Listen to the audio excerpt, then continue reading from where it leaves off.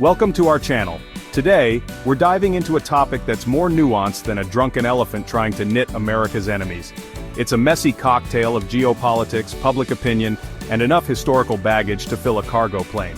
Buckle up because we're about to embark on a whirlwind tour of international relations that's more awkward than a family reunion with your weird aunt who collects porcelain dolls.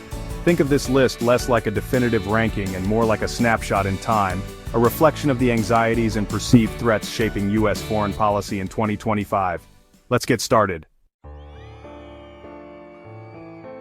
And here we are at number 1, the big red dragon in the room, China. A recent poll showed that 50% of Americans see China as America's greatest enemy. Now, China's not exactly subtle about its ambitions to become a global superpower. They've been flexing their military muscles in the South China Sea and throwing their economic weight around. The US, naturally, is feeling a little threatened. It's like that classic high school movie where the nerdy kid, that's us, suddenly realizes the exchange student, China, is super buff and popular now. Suddenly everyone's worried about who's got the better economy, the bigger military, and the more friends at the UN. The US and China are so economically intertwined that trying to untangle them would make Brexit look like a game of pickup sticks. So, are China and the US destined for a showdown? Or can they figure out a way to coexist without turning the planet into a giant game of Risk? Honestly, it's anyone's guess. And that, my friends, is what makes this whole enemy thing so terrifyingly interesting. Coming in at a distant second place with 32% of Americans seeing them as the biggest threat, it's Russia. The Cold War might be over, but the frosty vibes are back, baby. From election meddling to cyber attacks to that whole annexing Crimea thing, Russia seems determined to keep itself firmly planted in the American adversary category. They've got their own set of global ambitions, and they're not afraid to use a little bit of information warfare and military might to get what they want. Of course, it's not like the US is blameless in this frosty reunion tour, so, will these two former superpowers ever bury the hatchet and find a way to play nice?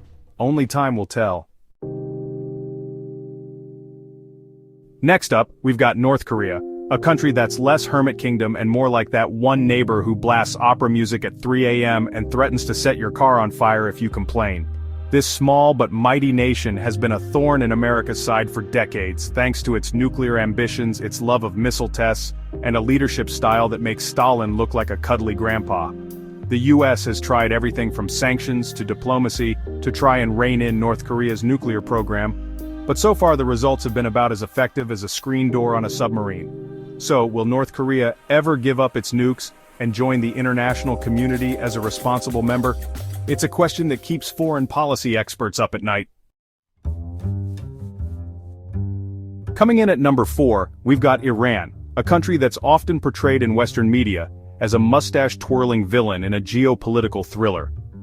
Iran's relationship with the US has been strained, to put it mildly, for decades.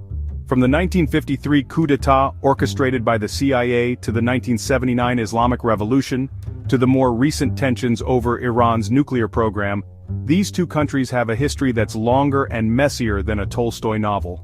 The US accuses Iran of sponsoring terrorism, destabilizing the Middle East and pursuing nuclear weapons.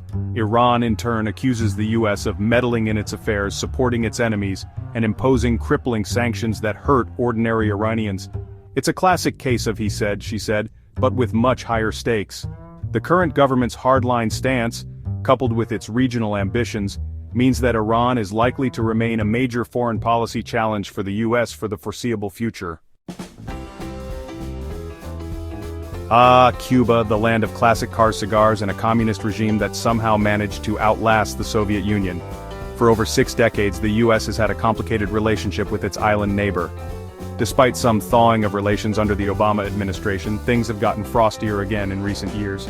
The US continues to criticize Cuba's human rights record, its lack of political freedom, and its support for regimes like Venezuela's. Cuba, in turn, accuses the US of hypocrisy, pointing to its own history of interventionism and human rights abuses. Will we ever see a day when Americans can freely sip mojitos on the beaches of Havana without a side of political baggage? Only time will tell. And now we come to Venezuela, a country that's sadly become synonymous with political turmoil, economic collapse, and humanitarian crisis.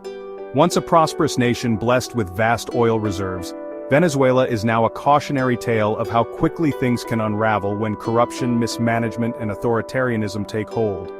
Under the rule of Nicolas Maduro, Venezuela has descended into a spiral of hyperinflation, food shortages, and political repression. The US, along with many other countries, has recognized opposition leader Juan Guaido as the legitimate president of Venezuela. However, Maduro has clung to power, using the military and pro-government militias to silence dissent and crush any attempts at a peaceful transition of power. The situation remains dire, and it's unclear what, if anything, can be done to alleviate the suffering of the Venezuelan people and restore democracy to this once proud nation. Next on our list is Syria, a nation ravaged by a brutal civil war that has claimed the lives of hundreds of thousands of people and displaced millions more. What began as a peaceful uprising against the authoritarian regime of Bashar al-Assad in 2011 quickly descended into a complex and bloody conflict that has drawn in regional and global powers. The US has provided support to Syrian rebel groups fighting against Assad, but its involvement has been cautious and often contradictory. Russia, on the other hand, has been a staunch ally of the Assad regime, providing military support that has been instrumental in turning the tide of the war in Assad's favor. The Syrian conflict has created a humanitarian catastrophe of epic proportions.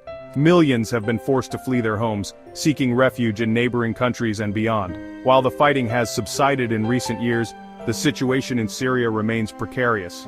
The US faces a difficult challenge in Syria, wanting to see an end to the violence and a political solution that includes Assad's departure. Tucked away in Eastern Europe, often overlooked in the grand scheme of global affairs, is Belarus, a country that's often referred to as Europe's last dictatorship. Led by Alexander Lukashenko, Belarus has become a haven for authoritarianism, human rights abuses, and a healthy dose of nostalgia for the good old days of the Soviet Union.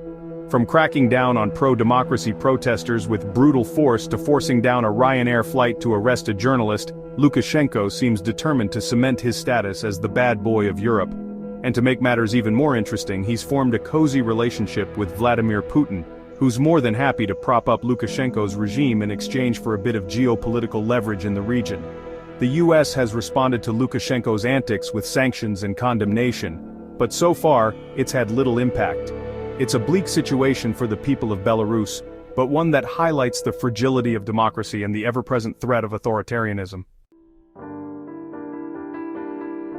Hidden away in the Arabian Peninsula, often overshadowed by other conflicts in the Middle East, lies Yemen, a country ravaged by a civil war that has created one of the world's worst humanitarian crises. The conflict in Yemen is complex, involving a tangled web of factions, allegiances, and foreign powers. The US has found itself drawn into this conflict, providing logistical and intelligence support to the Saudi-led coalition. However, this support has come under increasing scrutiny, as the coalition's airstrikes have been blamed for causing thousands of civilian casualties and exacerbating the humanitarian crisis. The international community has pledged aid to Yemen, but the scale of the crisis is overwhelming, and access to those in need is often hampered by the ongoing fighting. The conflict in Yemen is a tragedy, a stark reminder of the human cost of war and the devastating consequences of international indifference. And finally, we come to Afghanistan, a country forever marked by conflict and turmoil. After 2 decades of war, the US withdrew its forces in 2021, leaving behind a power vacuum that was quickly filled by the Taliban. The Taliban's return to power has been met with a mix of fear, resignation, and defiance by the Afghan people.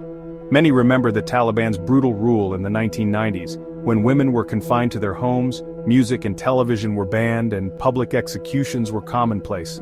The US is now grappling with the consequences of its withdrawal, trying to find ways to engage with the Taliban while also supporting the Afghan people and preventing Afghanistan from once again becoming a safe haven for terrorist groups.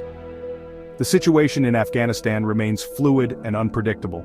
The country is facing a humanitarian crisis, with millions facing hunger and poverty. The US may have withdrawn its troops, but its involvement in Afghanistan is far from over. And there you have it, the top 10 enemy countries of America. These perceptions are fluid, constantly shaped by geopolitical events, domestic politics, and a whole lot of media spin. The countries on this list might be considered adversaries today, but that doesn't mean diplomacy is dead or that cooperation is impossible.